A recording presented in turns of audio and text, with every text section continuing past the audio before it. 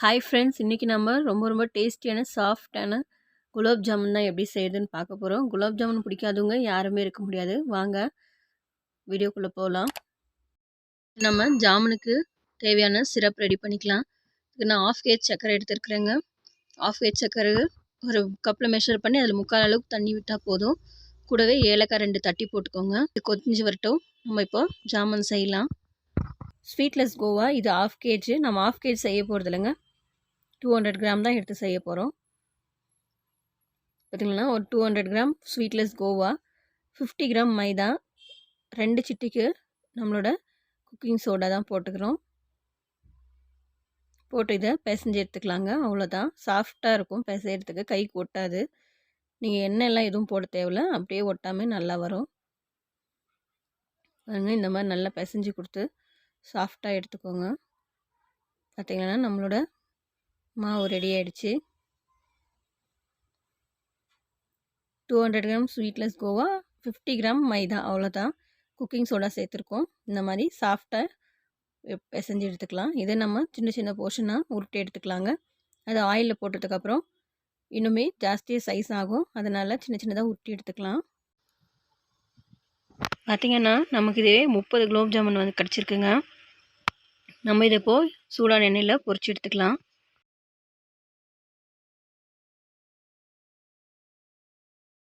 ஜாமுன் நல்லா விரிசல் இல்லாமல் சாஃப்டாக எடுத்துக்கோங்க. அப்போ தான் வந்து ஓப்பன் ஆகாது. ஸ்லோ ஃப்ளேமில் வச்சு பொரிச்சிடுங்க. ஹை ஃப்ளேம் வைக்க வேண்டாம், மேலே மட்டும் கறிடும், உள்ளே வேகாது. ஸ்லோ ஃப்ளேம்லேயே வச்சு நல்லா கலந்து விட்டு பொரிச்சிடுங்க.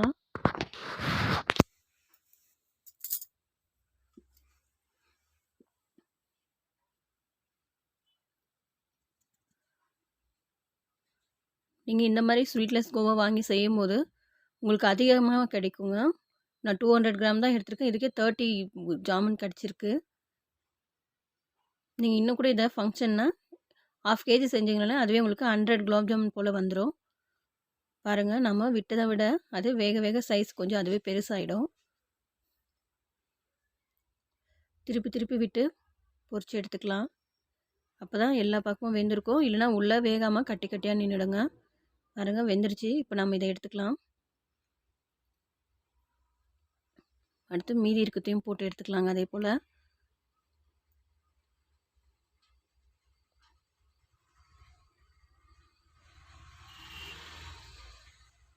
பாருங்கள், இதுவும் நல்லா வெந்துருச்சு. நம்ம இதையும் எடுத்துகிட்டு நம்மளோட சுகர் சிரப்பில் போட்டு எடுத்துக்கலாம். ஜாமுனில்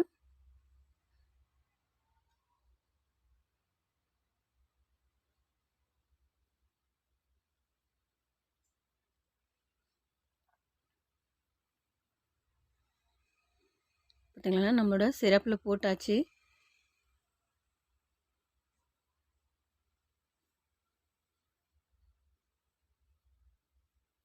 இப்போ நம்ம இதை மூடி வச்சிடலாம். சிரப் நல்லா அப்சர்வ் ஆகட்டுங்க. ஒரு 2 ஹவர்ஸ் மூடி அமைச்சிடலாம். அதுக்கப்புறம் இப்போ நம்ம ஓப்பன் பண்ணி பார்க்கலாம். பாருங்கள், நம்மளோட ஜாமுன் எப்படி ரெடியாக இருக்குன்னு. சுகர் சிரப்பெல்லாம் நல்லா இழுத்துட்டு புசுன்னு சாஃப்டாக வந்திருக்குங்க. இதை நம்ம இப்போ நம்மளோட பவுலில் சர்வ் பண்ணிக்கலாம்.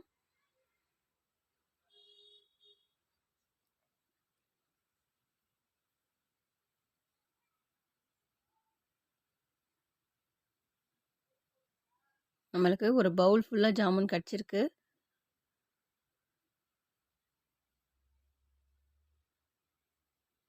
பாருங்கள், சூப்பரான நம்மளோட குலாப் ஜாமுன் ரெடி ஆகிடுச்சு. வீட்டில் செஞ்சு பார்த்துட்டு டேஸ்ட் எப்படி இருக்குன்னு சொல்லுங்கள். தேங்க்யூ.